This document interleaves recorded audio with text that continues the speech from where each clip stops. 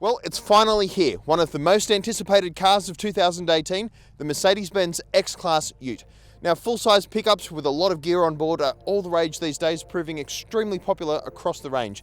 Mercedes is joining the fray with a car that uses the same engine and chassis as the Nissan Navara. Is it the real deal? It's time to find out. A diesel ute wearing Mercedes badges. How did we get here? The short answer is that Mercedes' Vans division needed a car with global appeal, so it partnered up with Nissan to build a pickup based on the Navara ute. That's the elephant in the room here. This Mercedes uses a Nissan chassis and Nissan engine for a much higher price than the humble Navara. The range-topping X250d model tested here is officially priced from $61,600 plus on-road costs, though our test example sits much closer to $75,000. For that money, you get state-of-the-art safety features you won't find in any other ute, along with a unique body, luxurious interior and reworked suspension compared to the Navara. Power comes from Nissan's 2.3-litre twin-turbo diesel 4-cylinder engine, which produces 140 kilowatts and 450 newton meters, sending power to all four wheels through a 7-speed automatic transmission or 6-speed manual gearbox.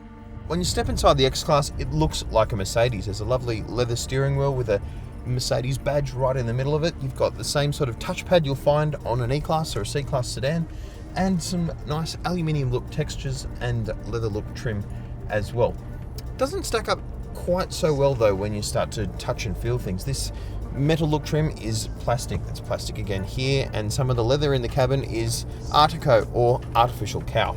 But the X-Class hits its stride on the open road. It's a very quiet car. We're hooking along here at more than 60 k's an hour, and there's very little wind or road noise coming through the cabin. You couldn't say that about a lot of its competitors. Is this the most refined car in its class? It could be. You'd have to drive them back to back to find out, but to my ears right now, this may be the most quiet ute on sale. Definitely a strong point. What isn't a strong point is the engine. It's a 4-cylinder unit that's shared with Nissan, and it has okay levels of punch, but it doesn't really offer the kind of grunt and wallop that people might expect from a ute that costs, in this trim, nearly 80 grand on the road. For me, I'd be wanting the V6 model, which isn't on sale in Australia yet. Along with the engine, Nissan has provided the base chassis for this car, which has been comprehensively reworked by Mercedes to suit its own specifications. Biggest change is in the steering. I've always had a problem with the steering in the new Navara, which has been quite slow and requiring a fair bit of effort around town. Not the case with the X-Class. It steers almost like a sedan. We were on some twisty roads in Tasmania earlier, and I could keep my hands at 9 and 3 and never have to move them around the wheel. It's not like the old school utes where you'd have to shuffle your hands around the wheel. You can steer it like a sports car. That's brilliant.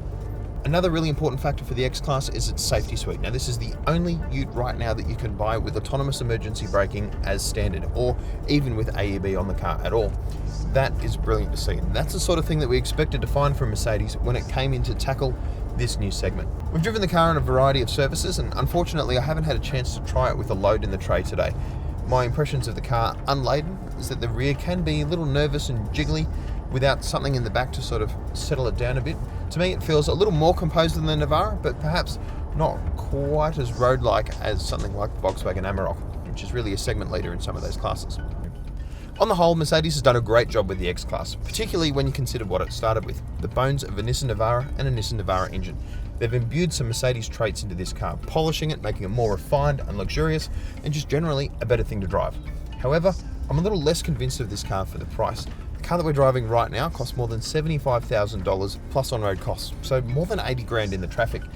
And for that, I think I want more than fake leather and fake metal and a 4-cylinder engine. I want the genuine Mercedes deal. And that's coming a little bit later on with the full-fat V6 powered X-Class, which will arrive in Australia at the end of 2018.